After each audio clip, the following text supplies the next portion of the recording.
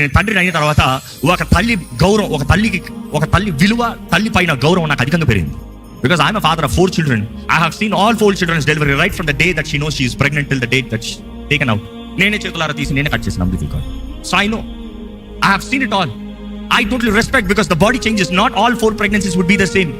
ఒక్కొక్క ప్రెగ్నెన్సీలో ఒక్కొక్క రియాక్షన్స్, ఒక్కొక్క డిఫరెంట్, అది అవుతుంది కదా, అదే అవుతుంది, యూ కాంట్ ఎక్స్పెక్ట్. కానీ తల్లిలో ఎన్ని మార్పులు, ఆ దేహంలో ఎన్ని మార్పులు పిండి పడేసినట్టు ఉంటుంది.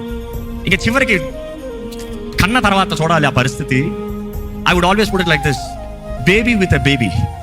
ఏంటి, తల్లి ఒక బేబీ లాగా మారిపోతుంది, బిడ్డ పక్కన ఒక బేబీ. అందులో సిజరన్ అయితే చాలా సింపుల్ ఏమో, కానీ సిజరన్ నాకు తెలియదు honestly. I've seen all natural deliveries. My wife had all 4 natural deliveries.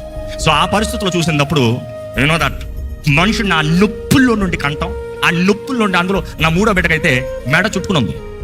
మెడ చుట్టుకుని పేగు తల పైకి పెట్టి, బాంబులు తల కింద పెట్టి వస్తారు, తల పైకి పెట్టుకుని వచ్చింది. That will be even more severe pain.